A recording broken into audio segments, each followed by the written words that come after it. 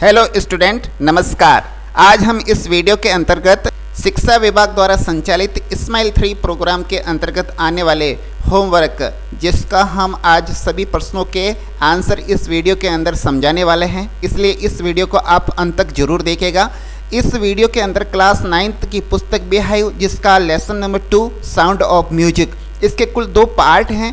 पहले पार्ट में एल्विन के बारे में है और दूसरा पार्ट उस्ताद बिस्मिल्लाह खां के बारे में है। इनसे रिलेटेड होमवर्क आया है, जो प्रथम 21 तारीख को, दूसरा 23 तारीख को और तीसरा 26 तारीख को आया है। इन तीनों होमवर्क को हम इस वीडियो के अंदर सोल्व करने वाले हैं, अतः आप इस वीडियो को अंत तक जरूर देखिएगा ताकि आपको सभी प्रश्नों के उत्तर आसानी से समझ में आ सके, आप अपनी नोटबुक के अंदर उसको समझकर आसानी से कर सकें। तो आइए चले हम इस वीडियो को शुरुआत करते हैं और 21 तारीख का जो पहला इस यूनिट का होमवर्क आया है उसको हम लेते हैं। सबसे पहले जो 21 तारीख को होमवर्क आया है वो इस प्रकार से है। इसके अंदर जो पहला क्वेश्चन है वो है whom has Evelyn given inspiration, यानी एल्विन को किसने प्रेरणा दी, यानी एल्विन को आगे बढ़ने के लिए किसने इंस्पायरेशन किया। तो उसका आंसर हमें देना है। एल्विन को उसके गुरु जो रॉन फॉबर्स थे, उन्होंने उनको आगे बढ़ने के लिए प्रेरणा प्रदान की। तो हमें आंसर देना है। हम आंसर इस प्रकार से दे सकते हैं। Ron Forbes a percussionist helped Evelyn to continue with music and inspiration her also, यानी रॉन फॉबर्स जो एक वाद्य यंत्र बजाने वाले थे और उन्होंने एल्विन को हमेशा आगे बढ़ने के लिए, संगीत के क्षेत्र में आगे नाम कमाने के लिए निरंतर उनकी सहायता की और उनको हमेशा प्रेरणा देते रहे। अगला जो क्वेश्चन है, does Evelyn give free concert to, Evelyn कहाँ पर निःशुल्क संगीत कार्यक्रम देती थी, तो वो हमें लिखना है। इसका आंसर हम आसानी से दे सकते हैं। हमने पाठ अच्छे से पढ़ा है, पिछले हमारी जो वीडियो है उन वीडियो के अंदर हमने इस पाठ को अच्छे से आपको समझाया है, पढ़ाया है। उसके अंतर्गत बताया हमने कि एल्विन कारागार या जेल और अस्पताल के अंदर वो निःशुल्क संगीत कार्यक्रम देती थी। साथ ही साथ वो जो युवा पीढ़ी और संगीत सीखने वाले जो युवा हैं उनकी कक्षाएं भी वो उच्च प्राथमिकता के साथ लेती थी। तो अब इसका आंसर हम इस प्रकार से दे सकते हैं। तो इसमें आप आंसर देंगे yes, she also gives concert in a prisons and hospital without any charge, बिना किसी पैसे के वो यहाँ पर जेल और अस्पताल के अंदर निःशुल्क सेवाएं प्रदान करती थी। And she also takes classes for young musician, और जो नए संगीतकार थे, जो युवा बच्चे थे, उनकी भी वो निःशुल्क क्लासें लिया करती थी। और तीसरा प्रश्न है, what does mister James Blades say about Evelyn, James Blades Evelyn के बारे में क्या कहा करते थे। तो हम इसका आंसर इस प्रकार से लिखेंगे, जेम्स ब्लेडर ने एक बार उनसे कहा था कि भले ही इनकी स्वर्ण शक्ति ईश्वर ने छीन ली हो, लेकिन भगवान ने इसको एक अद्भुत और विलक्षण वस्तु प्रदान की है जो संगीत के क्षेत्र में ये महान होने वाली है। तो ये बात उन्होंने कही थी। इसको हम इंग्लिश में इस प्रकार से लिखेंगे, जेम्स ब्लेड से that God may have taken her hearing, but he has given her back something extraordinary, यानी उसके बदले में उसको कुछ अद्वितीय भगवान ने जरूर प्रदान किया है। ये बात जेम्स ब्लेड्स ने कही थी। अगला क्वेश्चन है, how does she feel while playing xylophone, xylophone की जो ध्वनि थी उस ध्वनि को वो किस प्रकार से महसूस करती थी, किस प्रकार से वो सुन पाती थी। जाइलोफोन की जो ध्वनि थी वो अपनी जो अंगुलियां थी उसके अग्रभाग से वो महसूस करती थी। ये हमें आंसर देना है। हम इसका आंसर इस प्रकार से लिखेंगे, she feels the sound of xylophone passing up the stick into her finger tips, अर्थात वो जाइलोफोन की ध्वनि की अनुभूति जो छड़ियों में होकर उसके अंगुलियों के जो अग्रभाग है वहाँ से वो उनको एहसास या महसूस किया करती थी। अगला जो प्रश्न है, why does she removes her shoes on A wooden platform, जब वो लकड़ी के रंगमंच पर नृत्य करती थी तो वो अपने शूज क्यों उतार देती थी। वह जो भी परफॉर्मेंस करती थी वो एहसास करके करती थी। वो उसके शरीर पर जिस प्रकार से ध्वनि का स्पंदन होता था तो उससे एहसास के माध्यम से वो कोई भी अपनी परफॉर्मेंस देती थी। अगर वो शूज पहन ले तो वो उसको महसूस ही नहीं होता था, तो इस कारण वो अपने शूज उतार दिया करती थी। तो ये आंसर हमें देना है। हम इसका आंसर इस प्रकार से लिखेंगे, Evelyn removed her shoes on wooden platform so that ताकि the vibration might pass through her bare feet, यानी जो उसके नंगे पैर थे उसके माध्यम से वो वाइब्रेशन उसको यानी कंपन उसको महसूस हो सके।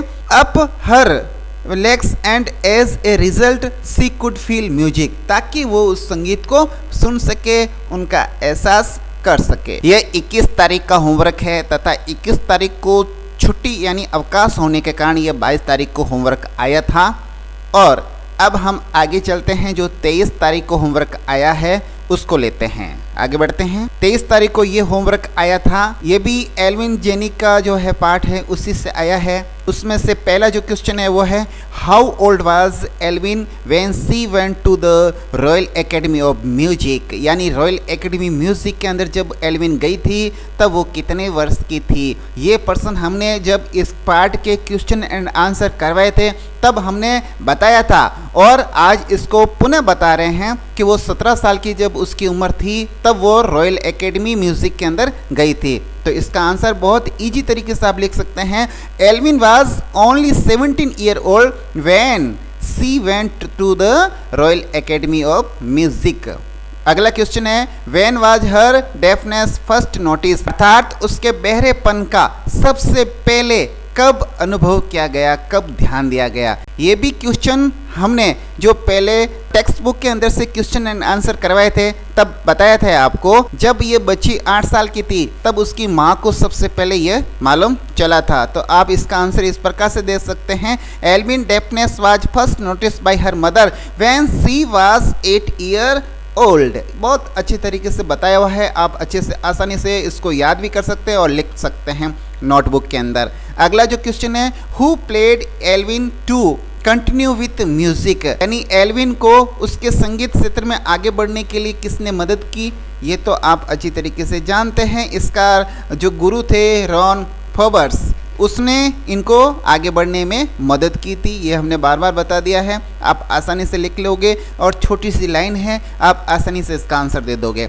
आगे बढ़ते हैं, name the various place where Evelyn perform, यानी वो भिन्न भिन्न स्थान जहाँ पर एल्विन ने अपनी प्रस्तुतियाँ दी थी। इसका आंसर भी आसानी से दे सकते हैं, बार बार ये हमने बताया है कि उन्होंने एक तो जेल, एक हॉस्पिटल, यहाँ पर तो निःशुल्क उन्होंने सेवाएं दी है, साथ ही साथ जो नए युवा संगीत सीखने वाले बच्चे थे उनके लिए भी उन्होंने फ्री क्लासें ली है। तो इस प्रकार हमें यह आंसर देना है, Evelyn perform at regular music concert, she also gives concert in a prison and hospitals without any charge, बिना किसी चार्ज के, बिना किसी पैसे के, यानी निःशुल्क उन्होंने जेल और अस्पताल के लिए सेवाएं प्रदान की, उन्होंने वहाँ पर परफॉर्म किया। She takes classes for young musician, जो नए संगीतकार थे उनके लिए क्लासें भी ली। She performs music in many other countries also, और विभिन्न देशों के अंदर उन्होंने प्रस्तुतियाँ दी। अगला क्वेश्चन है who urged her parents to take her to specialist, यानी स्पेशलिस्ट के पास, विशेषज्ञ के पास ले जाने के लिए किसने निवेदन किया। उसके स्कूल की जो हेड मिस्ट्रेस थी उन्होंने उसको स्पेशलिस्ट के पास ले जाकर दिखाने के लिए अर्ज किया था। इसको इस प्रकार से लिखेंगे, हर हेड मिस्ट्रेस, ये हु की जगह आपने लिख दिया, बाकी पीछे जितना भी है वो जोड़ना है, बहुत आसान और इजी है। Her headmistress used her parents to take her to a specialist, हमने कुछ नहीं किया, केवल हु की जगह हेड मिस्ट्रेस लिखा है। ये था 23 जुलाई 2021 का होमवर्क। अब चलते हैं, अगला जो तीसरा होमवर्क है वो 26 जुलाई को आया था। ये जो 26 जुलाई को आया है वो जो दूसरा पार्ट है द सनई ऑफ बिस्मिल्लाह खान, उनसे लिया गया है। और इसका जो पहला क्वेश्चन है वो इस प्रकार से है, who banned the playing of the pungi in the royal residence, किसने रॉयल रेजिडेंस यानी शाही दरबार के अंदर पुंगी को बजाने के लिए प्रतिबंध कर दिया, बैंड कर दिया यानी प्रतिबंधित कर दिया। ऐसा कोई पर्सन आ जाए तो उसका आंसर बहुत आसानी से दे सकते हैं, क्योंकि जो हु शब्द है इसका अर्थ होता है कौन, और केवल हमें यहाँ पर कर्ता पूछ रहा है, केवल मात्र हमें यहाँ कर्ता लिखना है और बाकी का जितना सेंटेंस है वो एज इट इज वापस लिख देना है। यानी यहाँ पर जो प्रतिबंध लगाने वाले कौन थे, वो थे मुगल सम्राट Aurangzeb. Aurangzeb banned the playing of pungi in the royal residence, केवल हु की जगह औरंगजेब लिखा, बाकी पूरा सेंटेंस वापस एज इट इज लिख दिया है। अगला जो क्वेश्चन है वो भी हु से शुरू होता है, यानी कौन, यानी ये भी कर्ता पूछ रहा है। Who had decided to improve the tonal quality of the pungi, यानी पुंगी की जो स्वर है उसको सुधारने का जिम्मा किसने लिया, किसने निश्चय किया। तो वहां पर जो संगीत घराने का एक नाई था उसने ये जिम्मा उठाया था। तो यहाँ पर हु की जगह केवल नाई या ये बार बार लिख सकते हैं, बाकी पूरा का पूरा सेंटेंस एज इट इज लिख सकते हैं। बहुत आसान और सरल है, आप आसानी से कर सकते हैं। इतना बड़ा सेंटेंस देखकर आप लगता होगा आपको कि ये कैसे करेंगे, लेकिन ऐसा कुछ नहीं है। केवल हु की जगह जो करता था a barber of a family of professional musician ये जोड़ा है।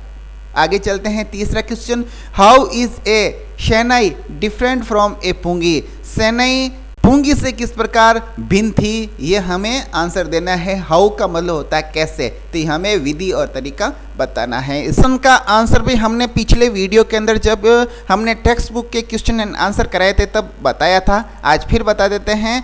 इसके अंदर हम लिखेंगे both the pungi and shehnai are made from a hollow stem, जिसका अर्थ होता है पुंगी और शहनाई दोनों ही खोखले तने से बनाई जाती थी। यहाँ पर होलो स्टेम है खोखला तना। उसके बाद है but the shehnai is made from border and longer steam, but का मतलब होता है लेकिन। द शहनाई इज मेड यानी शहनाई बनाई जाती थी चौड़े और बड़े जो तना होता है उसकी बनाई जाती थी। द शहनाई हैज 7 होल्स, और शहनाई पर कुल 7 छेद होते थे। The shehnai produce sweet and melodious music, और शहनाई बड़े ही मधुर और बड़ा ही सुरीला संगीत, कर्णप्रिय संगीत प्रस्तुत करती थी।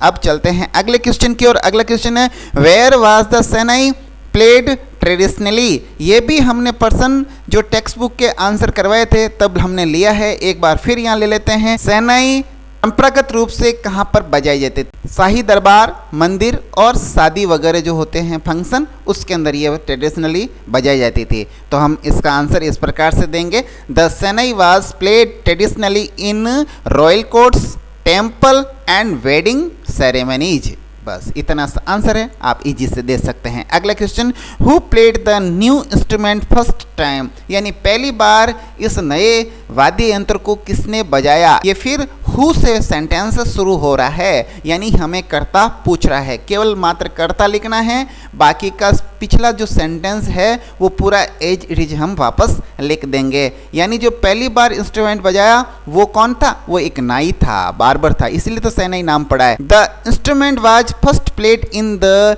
Shah chambers and was played a नाई या बार्बर। आप इसका आंसर इस प्रकार भी दे सकते हैं, जैसे मैंने बताया हु की जगह आपको कर्ता लिखना है तो हम ए नाई बार्बर यहाँ आगे लिखकर पीछे का सेंटेंस जोड़ देंगे, played the new instrument first time. जैसे मैं आपको यहाँ करके बता देता हूँ, अथवा मैं दे रहा हूँ, आप पहली पंक्ति लिख सकते हैं, आप चाहे तो दूसरी पंक्ति लिख सकते हैं, दोनों में से एक आंसर देना है आपको।